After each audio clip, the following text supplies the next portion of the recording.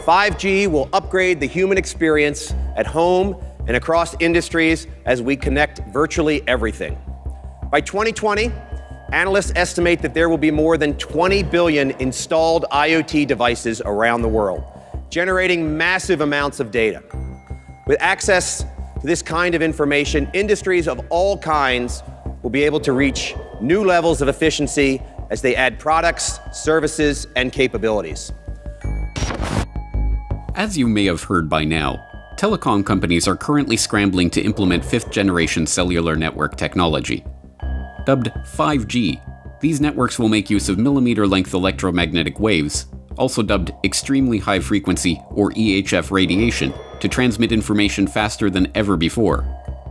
5G networks promise to deliver data 100 times faster than the existing 4G networks, and reduce latency as much as 98%. The promise of 5G was promoted by Tom Wheeler, then chair of the Federal Communications Commission, when he made a presentation on the US government's vision for the rollout of 5G in America in 2017. Yes, 5G will connect the Internet of everything. If something can be connected, it will be connected in a 5G world. But with the predictions of hundreds of billions of microchips connected in products from pill bottles to plant waterers, you can be sure of only one thing. The biggest Internet of Things application has yet to be imagined. Here's the key. The interconnected world that we live in today is the result of decisions made a decade ago. The interconnected world of the future will be the result of decisions we must make today. And that is why 5G is a national priority. But after the initial surge of hype that surrounds any new technology, the dark reality of this new 5G-connected Internet of Things is starting to come to light. The most immediately apparent aspect of this dark reality is the danger to human health that the 5G network's ubiquitous and powerful transmitters present. As an increasing body of research shows, the harmful effects of electromagnetic radiation present in current mobile technologies will be amplified by orders of magnitude in the much more powerful and much denser, extremely high-frequency radiation network that 5G relies on. As retired US government career scientist Dr. Ronald M. Powell noted in his comment to the FCC on the proposed 5G rollout, this technology must be opposed because it would greatly extend FCC's current policy of the mandatory irradiation of the public without adequate prior study of the potential health impact and assurance of safety. It would irradiate everyone, including the most vulnerable to harm from radio frequency radiation: pregnant women, unborn children, young children, teenagers, men of reproductive age, the elderly, the disabled, and the chronically ill. But another, even more neglected aspect of the 5G dark reality is that in a world where all objects are wired and constantly communicating data to one another through a 5G network, an Internet of Things, in other words, privacy and security would be next to impossible. Even the mainstream is now admitting that the unprecedented amounts of data flowing through the 5G network, from appliance usage to personal communications to transaction information, is a treasure trove that, if it were to fall into the wrong hands, would be a formidable weapon.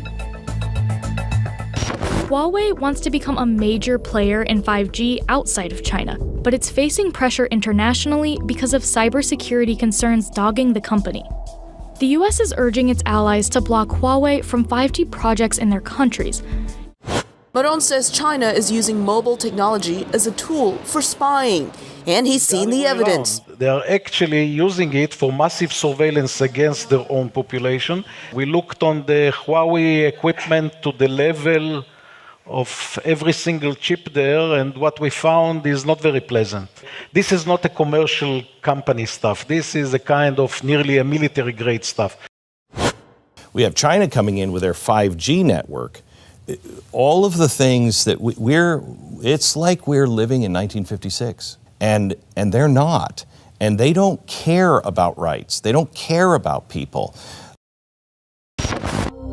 The implication of these mainstream pundits' pontifications is that 5G only represents a threat in the hands of the Russians or the Chinese or other supposed enemies of America. But what about the companies that are manufacturing these products? Why are the big tech giants who have so signally abused the public's misplaced trust for decades now to be trusted with creating big databases of sensitive personal information on every imaginable aspect of our daily lives? And why is the government of the US and its allies around the globe, governments that have been caught time and again illegally spying on their own populations and violently suppressing dissent, suddenly to be trusted as stewards of such a system? The truth is that the development of 5G networks and the various networked products that they will give rise to in the global smart city infrastructure represents the greatest threat to freedom in the history of humanity. This is the 5G dragnet. You're tuned into the Corbett Report. The vision of the future offered by the proponents of this next-generation cellular technology is one in which every object that you own will be a smart object, communicating data about you, your movements, and your activities in real time via the ultra-fast 5G network. From the grandiose, self-driving cars and remote surgery, to the mundane, garbage cans that let garbage trucks know when they're full, everything around us will be constantly broadcasting information through the Internet of Things if the 5G boosters get their way. But beyond the glossy sci-fi fantasy presented in the slick advertisements for this smart world of the future is a creepy and unsettling glimpse into a technological dystopia. One in which social experiences are shared by strapping VR goggles to your face, and interaction with humans is reduced as much as possible in favor of interaction with machines, gadgets, and personal assistants that are there to cater to your every whim, for a price. And, as some are only now starting to realize, the price that one pays for this world of robotic comfort and convenience is control. Control over our data, control over our security, and control over our lives. We just hooked up the Nest maybe a month ago. Abby Laguidao and Conrado Casalo wanted something to keep their family safe, so they installed Nest, a smart home security camera system. What drives me crazy is yesterday was the only day I decided to stay home. He's always here. They never said anything, ever. Yesterday, Abby was alone with her 2 kids when she started hearing voices coming from their Nest. Then they started cussing and saying, "Shut the F up, you N-word." At that point, Abby had figured out that someone had hacked into their security system. Shut the f*** up. She called her partner, Conrado. Somebody is in the Nest and is watching us and is talking to us right now. I think within 5 years, most people will have at least... That is something out of a horror movie right there. Man, right. Can you imagine it? Like we knew something was going to go on? That scared... That yeah. Scared the tar of me. That was a real jump. And we're going to go ahead and unlock the door, her back door. Oh. I think that was your lock. That was our lock. Let's go look, come on. And that isn't any laughing matter. See, but that's the real fear, right? That. You know, the other stuff's kind of funny, whatever, but I mean, someone can unlock your house. Although, if someone really wants to get into your house, you can pick a lock. Yeah, but isn't that the modern day... There it goes again. I mean, isn't that the modern day lockpick? There's a guy outside with a laptop who's opening and closing your door lock. It is, and I don't like it. After their stunt on the highway, Chris and Charlie still wanted to show me a couple of other tricks. Below a certain speed, they can control the Jeep's steering as long as it's in reverse, pop its locks, mess with the speedometer, and, of course, disable the brakes. Okay, hold on tight. Hold on. Oh, he's not getting out of that. I don't think so. We're going to be doing some pushing. It isn't hard to see why these smart technologies, and the 5G network that enables them, are a security concern. And, in that context, it isn't hard to see why Chinese companies like Huawei and ZTE are now being targeted as potential national security threats and barred from developing 5G network infrastructure in country after country. After all, with access to that much data and information, let alone the ability to communicate with, hack into, or disable everything from our smart TV to our smart door locks to our smart car, a potential adversary with control of the 5G network would have nearly limitless power to surveil and control a target population. But given that these powers, the ability to access our most intimate data and to take control of our homes and personal appliances, are not bugs, but features of the 5G connected Internet of Things, the question is, why is there such a headlong rush to connect this network? Is demand for smart dishwashers and smart toothbrushes and smart baby monitors really so overwhelming that it requires us to put the security of our homes, our possessions, and our families at risk? What is really driving this frenzy for a world where every new object we buy presents another potential vulnerability, another device that can be hacked into to steal our information, to track our location, to record our conversations, and to disable our appliances? One answer to this question lies in the fact that intelligence agencies, whether Chinese or Russian, CIA or MI6, Mossad or CSIS, will make use of the vast amounts of data flowing through these networks to spy on the public. In fact, the members of the so-called intelligence community do not even hide this fact. They openly gloat about it. In 2012, then CIA Director David Petraeus admitted at a summit hosted by In-Q-Tel, the CIA's venture capital firm, that the CIA was not just able to, but actually eager to use these smart devices as a tool for spying. Transformational is an overused word, but I do believe it properly applies to these technologies, Petraeus was quoted as saying, particularly to their effect on clandestine tradecraft. Items of interest will be located, identified, monitored, and remotely controlled through technologies such as radio frequency identification, sensor networks, tiny embedded servers, and energy harvesters, all connected to the next generation internet using abundant, low-cost, and high-power computing. Lest there be any doubt about the intelligence community's intentions to use these devices to spy on the population, then Director of National Intelligence James Clapper confirmed this approach in a report to the Senate Select Committee on Intelligence in 2016. Smart devices incorporated into the electric grid, vehicles, including autonomous vehicles, and household appliances are improving efficiency, energy conservation, and convenience. However, security industry analysts have demonstrated that many of these new systems can threaten data privacy, data integrity, or continuity of services. In the future, intelligence services might use the IoT for identification, surveillance, monitoring, location tracking, and targeting for recruitment, or to gain access to networks or user credentials. Whistleblowers from within the intelligence establishment, whistleblowers like Russ Tice and Bill Binney, who are actively shunned by the same mainstream media that breathlessly reported on Edward Snowden, have already laid out in exhaustive detail how the NSA is collecting all data flowing through the internet as we know it. Every phone call, every email, every web search, every file stored to the cloud, everything that passes from one computer or phone to another is being stored, cataloged, databased, and data mined to construct detailed profiles of ordinary citizens. But now that the 5G network is promising to deliver us not an internet of phones and computers, but an internet of things, from cars and watches to fridges and hats to milk jugs and floor tiles, when every manufactured object is broadcasting information about you and your activities to the world at large by default, and when it is discovered that opting out of this surveillance grid is not an option, the true nature of the 5G panopticon will finally begin to dawn on the public. But by that point, it will already be too late. Cities use data every day. Everything from showing you when your next train will arrive to measuring the air quality in different neighborhoods. Typically, all this information is spread out across a ton of different agencies and companies in a bunch of different file formats and spreadsheets. But at Keysight, we have the chance to start from scratch and build a single, unified digital platform that's transparent, open, and accessible for everyone working to make our cities better. The leaders behind Toronto's first data-driven smart city are under fire tonight after yet another resignation. This time, a member of Waterfront Toronto's digital advisory panel quit and wrote a strongly worded letter on her way out, sharing her deep concerns about privacy and data control.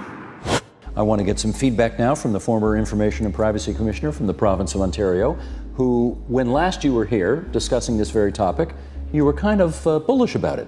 And then I just couldn't happen but help notice that you've resigned from your involvement in all this. What happened? And I didn't do it lightly.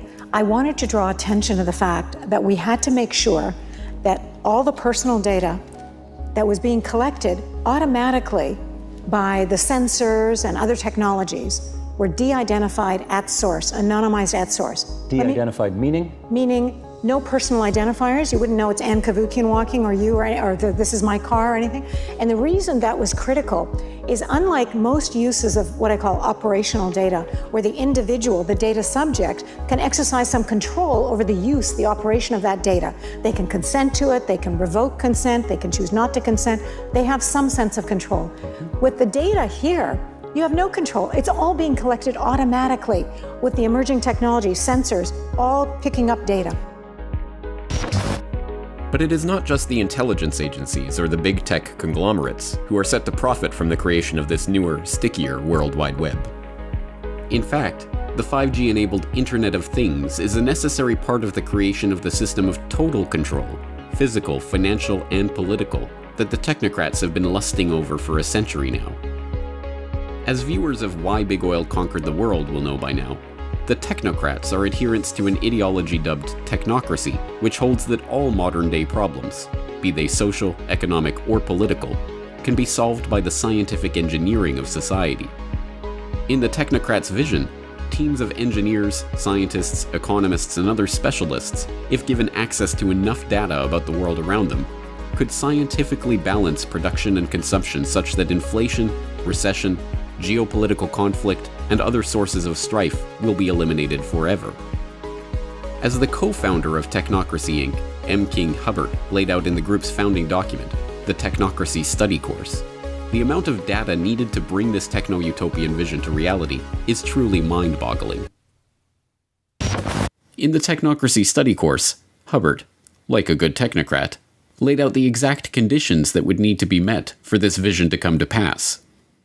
According to him, technocracy would require all energy usage and all consumer spending throughout the nation to be calculated and registered on a continuous and instantaneous basis, a 24/7 inventory of all production and consumption, a complete registry of all products available for sale, where they were produced, how much energy was expended in their production, and where and when they were sold, and finally, a specific registration of the consumption of each individual, plus a record and description of the individual.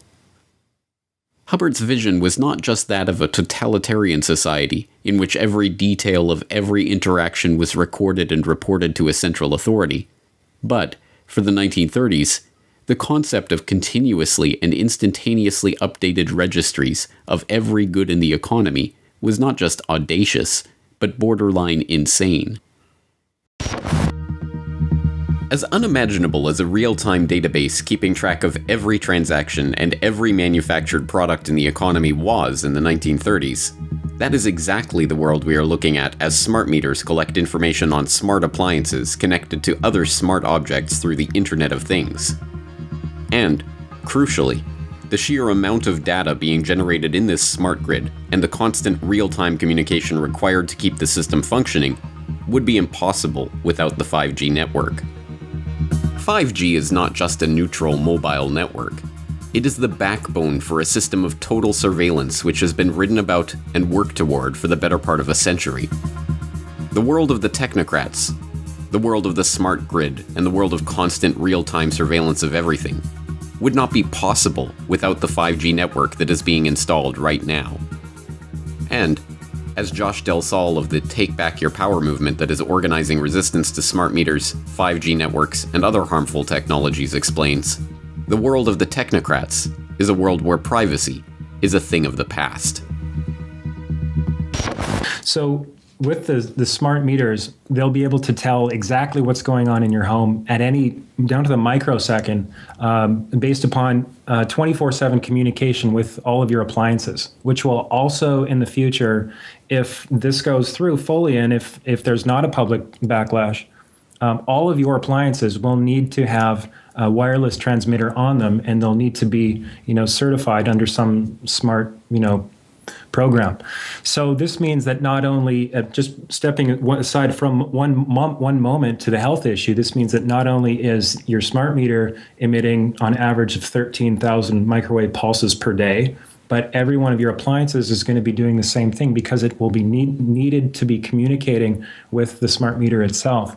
So that is a serious concern. We'll get into that a little bit later. But as far as the privacy issue, just diving right in. March of this year, Wired magazine, the current CIA director, David Petraeus, was quoted as saying, "We're going to use smart appliances to spy on you." And it's almost like, and he was later down in the article, and it's very just putting it out there. It's kind of like, it's getting to a point now, James, and I'm sure you're seeing this, is like, it's just getting more and more in your face. And it's kind of like this collective force of the controllers, and they're kind of saying, this is what we're going to do, and what are you going to do about it? It should be clear by this point that the vision of the technocrats is in fact a nightmare for free humanity. It must be resisted every step of the way, and the battle over the 5G network rollout will be the front lines of this battle in the next few years. Thankfully, resistance is forming as the public is increasingly becoming aware of the health risks of 5G. Over 180 scientists and doctors from 36 countries have submitted a formal appeal to the European Union, warning of the potential serious health risks of 5G. City officials in Portland, Oregon are suing the federal government to stop 5G transmitters from being installed on city property, with councilors considering asking the federal government to study the health impacts of 5G on humans and make that information publicly available.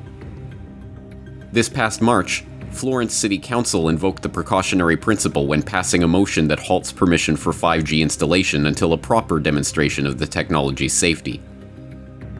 The Russian Defense Ministry has refused to transfer frequencies for 5G operation, effectively delaying 5G rollout in the country for years.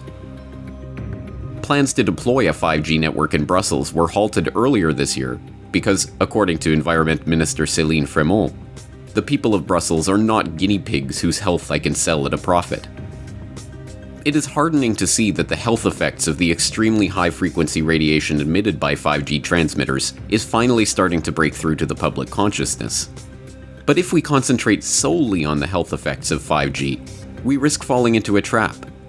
If the only danger of 5G was the danger to our health, then, if the safety of the technology could be demonstrated to the public, or an equivalent less harmful technology could be deployed, then there would be no more reason to resist. To concentrate solely on the health effects of 5G is to miss the broader picture of total surveillance in the technocratic dystopia that this technology enables. In this picture, the 5G network is a platform for a system in which every action, every transaction, every interaction that we have in our daily life is monitored, databased, and analyzed in real time. The 5G dragnet is cinching like a noose around our necks. But will the public become informed of the dangers of this technology in time to stop the technocrats' vision from becoming our nightmare? Secure 5G networks will absolutely be a vital link to America's prosperity and national security in the 21st century. 5G will be as much as 100 times faster than the current 4G cellular networks. It will transform the way our citizens work, learn, communicate, and travel. It'll make American farms more productive, American manufacturing more competitive, and American healthcare better and more accessible. Basically, it covers almost everything when you get right down to it. Pretty amazing. And just as 4G networks paved the way for smartphones and all of the exciting breakthroughs, they made possible so many things. This will be more secure and resilient. 5G networks will also create astonishing and really thrilling new opportunities for our people, opportunities that we've never even thought we had a possibility of looking at. We cannot allow any other country to outcompete the United States in this powerful industry of the future. We are leading by so much in so many different industries of that type, and we just can't let that happen. The race to 5G is a race America must win, and it's a race, frankly, that our great companies are now involved in. We've given them the incentive they need. It's a race that we will win.